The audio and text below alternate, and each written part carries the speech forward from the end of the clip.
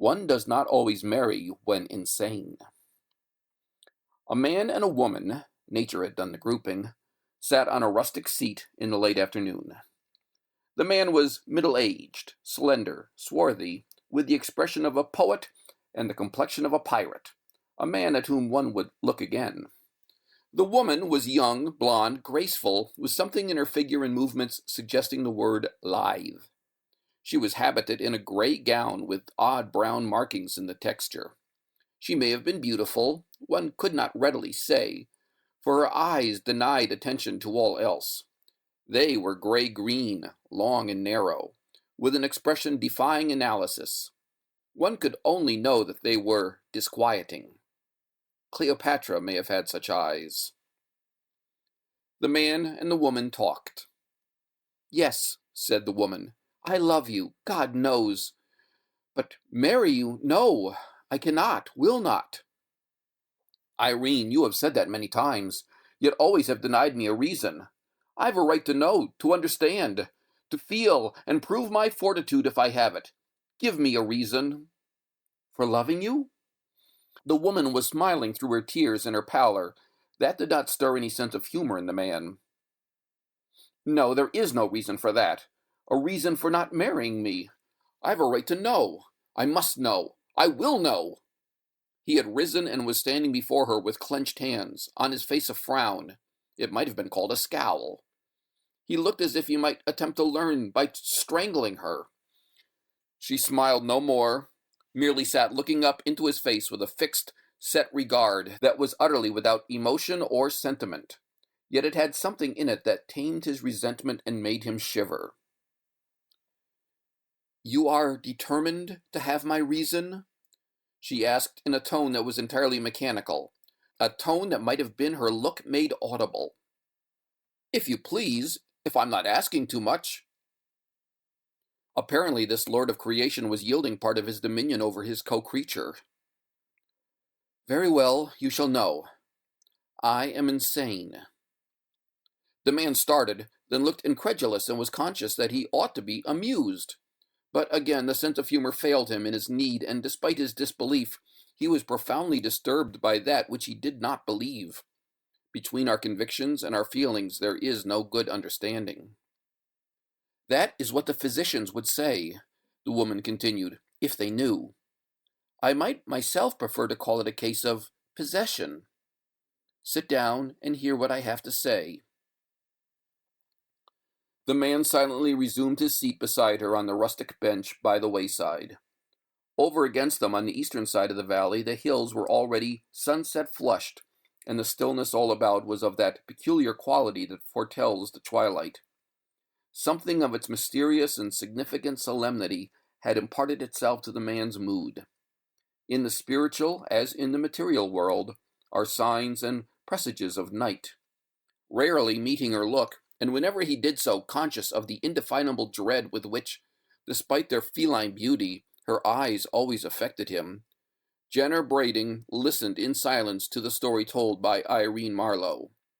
In deference to the reader's possible prejudice against the artless method of an unpracticed historian, the author ventures to substitute his own version for hers.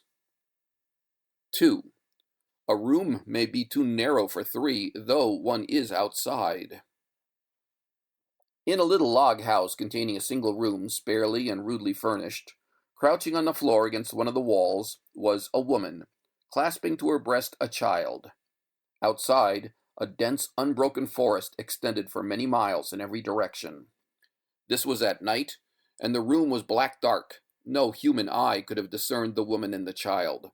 Yet they were observed, narrowly, vigilantly, with never even a momentary slackening of attention. And that is the pivotal fact upon which this narrative turns.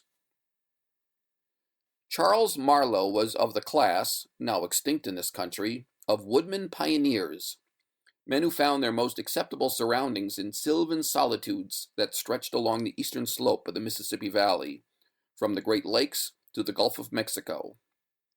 For more than 100 years these men pushed ever westward, generation after generation, with rifle and axe, reclaiming from nature and her savage children here and there an isolated acreage for the plow. no sooner reclaimed than surrendered to their less venturesome but more thrifty successors. At last they burst through the edge of the forest into the open country, and vanished as if they had fallen over a cliff. The woodman pioneers no more. The pioneer of the plains, he whose easy task it was to subdue for occupancy 2/3 of the country in a single generation, is another and inferior creation.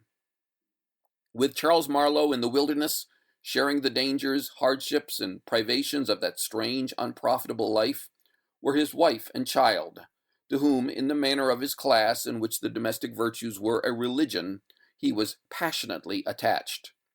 The woman was still young enough to be comely, new enough to the awful isolation of her lot to be cheerful. By withholding the large capacity for happiness which the simple satisfactions of the forest life could not have filled, Heaven had dealt honorably with her. In her light household tasks, her child, her husband, and her few foolish books, she found abundant provision for her needs. One morning in midsummer, Marlow took down his rifle from the wooden hooks on the wall and signified his intention of getting game. "We've meat enough," said the wife. "Please don't go out today. I dreamed last night. Oh, such a dreadful thing.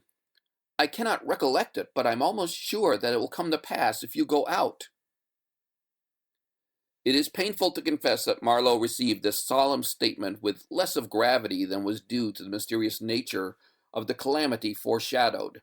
In truth, he laughed. "Try to remember," he said. "Maybe you dreamed that baby had lost the power of speech." The conjecture was obviously suggested by the fact that baby, clinging to the fringe of his hunting coat with all her 10 pudgy thumbs, was at that moment uttering her sense of the situation in a series of exultant goo-goos inspired by sight of her father's raccoon skin cap. The woman yielded. Lacking the gift of humor, she could not hold out against his kindly badinage. So, with a kiss for the mother and a kiss for the child, he left the house and closed the door upon his happiness forever. At nightfall he had not returned. The woman prepared supper and waited. Then she put baby to bed and sang softly to her until she slept. By this time the fire on the hearth, at which she had cooked supper, had burned out, and the room was lighted by a single candle. This she afterward placed in the open window as a sign and welcome to the hunter if he should approach from that side. She had thoughtfully closed and barred the door against such wild animals as might prefer it to an open window. By the habits of beasts of prey in entering a house uninvited, she was not advised, though with true female prevision she may have considered the possibility of their entrance by way of the chimney. As the night wore on, she became not less anxious, but more drowsy, and at last rested her arms upon the bed by the child and her head upon the arms. The candle in the window burned down to the socket, sputtered and flared a moment, and went out unobserved, for the woman slept and dreamed. In her dreams, she sat beside the cradle of a second child. The first one was dead. The father was dead. The home in the forest was lost, and the dwelling in which she lived was unfamiliar. There were heavy oaken doors, always closed, and outside the windows, fastened into the thick stone walls, were iron bars, obviously, so she thought, a provision against Indians. All this she noted with an infinite self-pity, but without surprise, an emotion unknown in dreams. The child in the cradle was invisible under its coverlet, which something impelled her to remove. She did so, disclosing the face of a wild animal. In the shock of this dreadful revelation, the dreamer awoke, trembling in the darkness of her cabin in the wood. As a sense of her actual surroundings came slowly back to her, she felt for the child that was not a dream, and assured herself by its breathing that all was well with it, nor could she forbear to pass a hand lightly across its face. Then, moved by some impulse for which she probably could not have accounted, she rose and took the sleeping babe in her arms, holding it close against her breast. The head of the child's cot was against the wall, to which the woman now turned her back as she stood. Lifting her eyes, she saw 2 bright objects, starring the darkness with a reddish-green glow. She took them to be 2 coals on the hearth, but with a returning sense of direction came the disquieting consciousness that they were not in that quarter of the room. Moreover, they were too high, being nearly at the level of the eyes, of her own eyes, for these were the eyes of a panther. The beast was at the open window directly opposite and not 5 paces away. Nothing but those terrible eyes was visible, but in the dreadful tumult of her feelings as the situation disclosed itself to her understanding, she somehow knew that the animal was standing on its hinder feet, supporting itself with its paws on the window ledge. That signified a malign interest, not the mere gratification of an indolent curiosity. The consciousness of the attitude was an added horror, accentuating the menace of those awful eyes, in whose steadfast fire her strength and courage were alike consumed. Under their silent questioning she shuddered and turned sick. Her knees failed her, and by degrees, instinctively striving to avoid a sudden movement that might bring the beast upon her, she sank to the floor, crouched against the wall, and tried to shield the babe with her trembling body without withdrawing her gaze from the luminous orbs that were killing her. No thought of her husband came to her in her agony, no hope nor suggestion of rescue or escape. Her capacity for thought and feeling had narrowed to the dimensions of a single emotion: fear of the animal's spring, of the impact of its body, the buffeting of its great arms, the feel of its teeth in her throat, the mangling of her babe. Motionless now and in absolute silence, she awaited her doom, the moments growing to hours, to years, to ages, and still those devilish eyes maintained their watch. Returning to his cabin late at night with a deer on his shoulders, Charles Marlow tried the door. It did not yield. He knocked. There was no answer. He laid down his deer and went around to the window. As he turned the angle of the building, he fancied he heard a sound as of stealthy footfalls and a rustling in the undergrowth of the forest, but they were too slight for certainty, even to his practiced ear. Approaching the window, and to his surprise finding it open, he threw his leg over the sill and entered. All was darkness and silence. He groped his way to the fireplace, struck a match, and lit a candle. Then he looked about. Cowering on the floor against the wall was his wife, clasping his child. As he sprang toward her, she rose and broke into laughter, long, loud, and mechanical, devoid of gladness and devoid of sense, the laughter that is not out of keeping with the clanking of a chain. Hardly knowing what he did, he extended his arms. She laid the babe in them. It was dead, pressed to death in its mother's embrace. 3. The theory of the defense. That is what occurred during a night in a forest, but not all of it did Irene Marlow relate to Jenner Brading. Not all of it was known to her. When she had concluded, the sun was below the horizon, and the long summer twilight had begun to deepen in the hollows of the land. For some moments Brading was silent, expecting the narrative to be carried forward to some definite connection with the conversation introducing it. But the narrator was as silent as he, her face averted, her hands clasping and unclasping themselves as they lay in her lap, with a singular suggestion of an activity independent of her will. "It is a terrible story," said Brading at last, "but I do not understand. You call Charles Marlow father. That I know. That he is old before his time, broken by some great sorrow, I have seen, or thought I saw. But, pardon me, you said that I am insane," said the girl, without a movement of head or body. "But, Irene, you say— Please, dear, do not look away from me. You say that the child was dead, not demented." "Yes, that one. I am the second. I was born 3 months after that night, my mother being mercifully permitted to lay down her life in giving me mine." Brading was again silent. He was a trifle dazed, and could not at once think of the right thing to say. Her face was still turned away. In his embarrassment, he reached impulsively toward the hands that lay closing and unclosing in her lap, but something, he could not have said what, restrained him. He then remembered, vaguely, that he had never altogether cared to take her hand.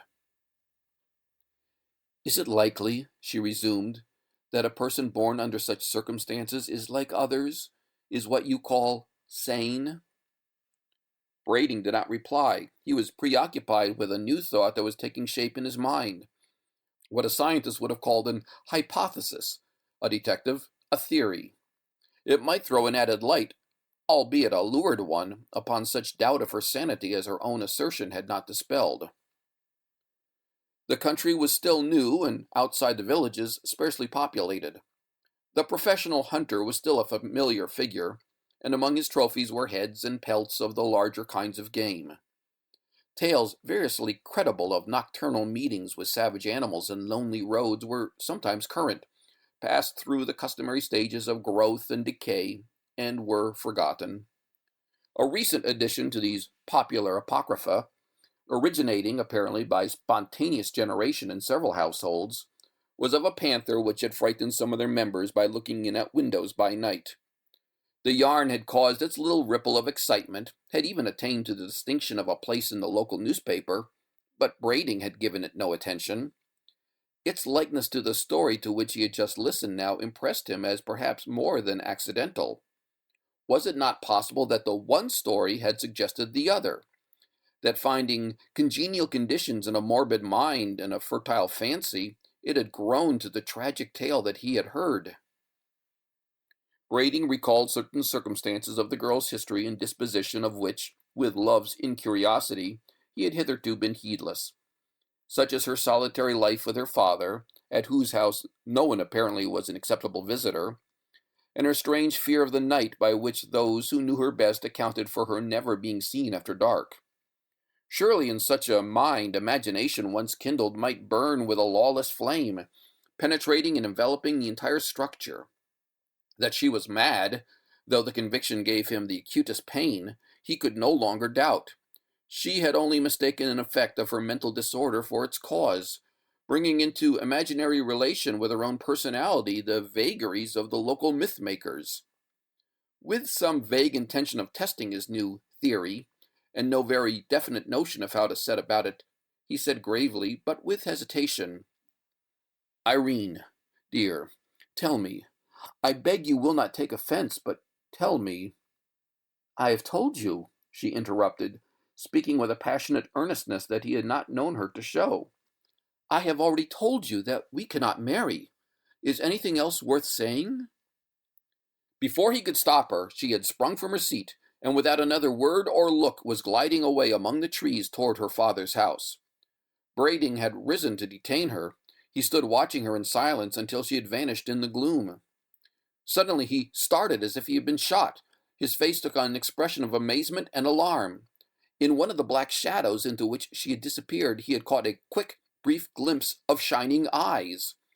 For an instant he was dazed and irresolute. Then he dashed into the wood after her, shouting, "Irene! Irene! Look out! The panther! The panther!" In a moment he had passed through the fringe of forest into open ground, and saw the girl's gray skirt vanishing into her father's door. No panther was visible. 4. An appeal to the conscience of God. Jenner Brading, attorney at law, lived in a cottage at the edge of the town. Directly behind the dwelling was the forest. Being a bachelor, and therefore by the draconian moral code of the time and place, denied the services of the only species of domestic servant known thereabout, the hired girl, he boarded at the village hotel, where also was his office. The woodside cottage was merely a lodging maintained, at no great cost to be sure, as an evidence of prosperity and respectability. It would hardly do for one to whom the local newspaper had pointed with pride as the foremost jurist of his time to be homeless, albeit he may sometimes have suspected that the words home and house were not strictly synonymous. Indeed, his consciousness of the disparity and his will to harmonize it were matters of logical inference, for it was generally reported that soon after the cottage was built, its owner had made a futile venture in the direction of marriage, had in truth gone so far as to be rejected by the beautiful but eccentric daughter of old man Marlow, the recluse. This was publicly believed because he had told it himself and she had not, a reversal of the usual order of things which could hardly fail to carry conviction. Brading's bedroom was at the rear of the house, with a single window facing the forest. One night he was awakened by a noise at that window. He could hardly have said what it was like. With a little thrill of the nerves, he sat up in bed and laid hold of the revolver, which, with a forethought most commendable in one addicted to the habit of sleeping on the ground floor with an open window, he had put under his pillow. The room was in absolute darkness, but being unterrified, he knew where to direct his eyes, and there he held them, awaiting in silence what further might occur. He could now dimly discern the aperture, a square of lighter black. Presently there appeared at its lower edge 2 gleaming eyes that burned with a malignant luster inexpressibly terrible. Brading's heart gave a great jump, then seemed to stand still. A chill passed along his spine and through his hair. He felt the blood forsake his cheeks. He could not have cried out, not to save his life, but being a man of courage, he would not, to save his life, have done so if he had been able. Some trepidation his coward body might feel, but his spirit was of sterner stuff. Slowly the shining eyes rose with a steady motion that seemed an approach, and slowly rose Brading's right hand, holding the pistol. He fired. Blinded by the flash and stunned by the report, Brading nevertheless heard, or fancied that he heard, the wild, high scream of the panther, so human in sound, so devilish in suggestion. Leaping from the bed, he hastily clothed himself and, pistol in hand, sprang from the door, meeting 2 or 3 men who came running up from the road. A brief explanation was followed by a cautious search of the house. The grass was wet with dew. Beneath the window it had been trodden and partly leveled for a wide space, from which a devious trail, visible in the light of a lantern, led away into the bushes. One of the men stumbled and fell upon his hands, which, as he rose and rubbed them together, were slippery. On examination, they were seen to be red with blood. An encounter, unarmed, with a wounded panther was not agreeable to their taste. All but Brading turned back. He, with lantern and pistol, pushed courageously forward into the wood. Passing through a difficult undergrowth, he came into a small opening, and there his courage had its reward, for there he found the body of his victim. But it was no panther.